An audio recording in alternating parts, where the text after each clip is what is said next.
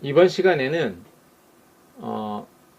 AI 13판, 즉 미국 감정평가 협회의 13판 그 부동산 감정평가 그 책의 교과서에 나와 있는 부동산과 기타 다른 개념에 대해서 설명을 해드리도록 하겠습니다.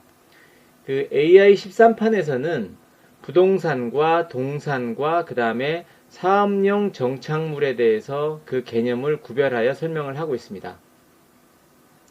자, 우리나라도 민법에서 부동산을 설명을 하면서 그 부동산 이외에 나머지는 이제 동산으로 규정을 하고 있는데, 특별히 이제 이 AI 13판에서는 사업용 정착물에 대해서 구별하여 설명을 하고 있습니다. 자, 부동산은 아무래도 우리가 이제 real property라고 하는 그 부분으로 이제 그 영어로는 이제 이렇게 사용을 하고 있고, 이제 물리적인 측면에서는 real estate로 표현을 하고 있습니다. 즉, 영구적인 방식으로 그 토지나 건물에 설치된 항목들이라고 이제 볼 수 있는데, 그 모든 부동산은 그 계량물, 즉 우리가 이제 건물을 이제 이 미국 사람들은 이제 계량물이라고 하는데, 이 그 부동산 계량물은 이제 한때는 동산이었었죠. 근데 이제 이게 토지에 부착이 되면서 부동산이 되는 이제 이런 상황이 되는 거죠. 자, 그래서 토지, 건물, 부착물 해서 이제 이런 부분들이 한꺼번에 이제 부착이 되면, 즉 건물로 만들어지면 부동산이 되는 거죠. 자, 우리나라 이제 미국과 달리 토지하고 건물을 구별하여 소유권을 보존하고 있기 때문에 우리나라는 좀 다르고요. 이들은 이제 일체로 해서 부동산으로 이제 보고 있습니다. 자, 그 다음에 이제 그 동산의 개념이 있는데, 동산은 이제 앞에서 말한 부동산과 달리 영구적으로 붙어 있지 않고, 그 다음에 일부분이고, 자, 이동을 할 수 있다는 그런 특징이 있죠.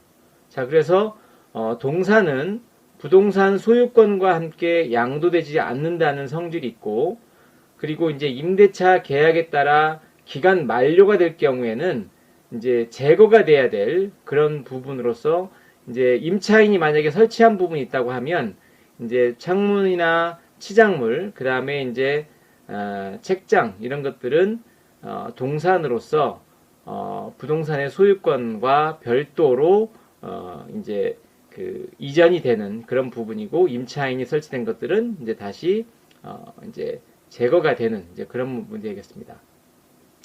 자, 그 다음에 또 하나의 개념이 사업용 정착물이라고 하는 부분인데, 이것도 역시 부동산과 함께 양도되지 않고 동산이라는 성격을 갖고 있으면서 이 사업용 정착물은 이 권리가 포기되지 않은 한 임대 종료 시 임차인이 가져갈 수 있는 이제 그런 부분이 되죠.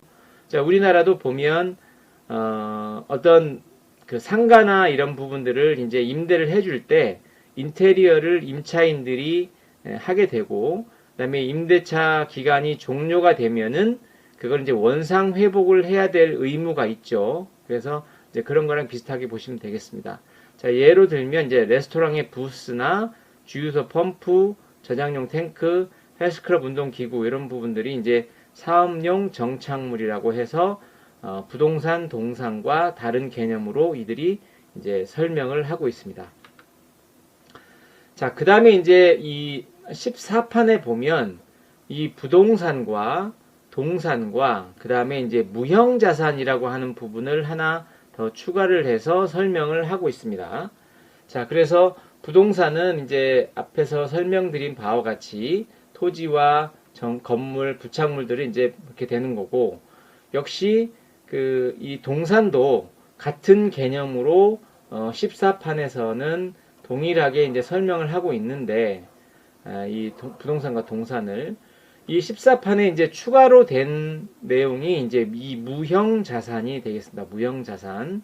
자, 그래서 개념을 보면, 자, 부동산, 동산 또는 금융자산이 아닌 것이고요. 금융자산이 아니고, 무형자산은 물질, 그리고 실체가 아닌 것이면서 프랜차이즈나 면허, 영업권, 그다음에 숙련된 노동력 이런 것들을 무형 자산으로 이 AI 14판에서는 이를 설명을 하고 있습니다. 자, 그래서 이제 어떻게 보면 그 앞에서 봤던 사업용 정착물과는 또 다른 개념으로 부동산 동산에다가 이제 무형 자산이라는 개념으로 이 14판에서 개념을 정리를 하고 있습니다.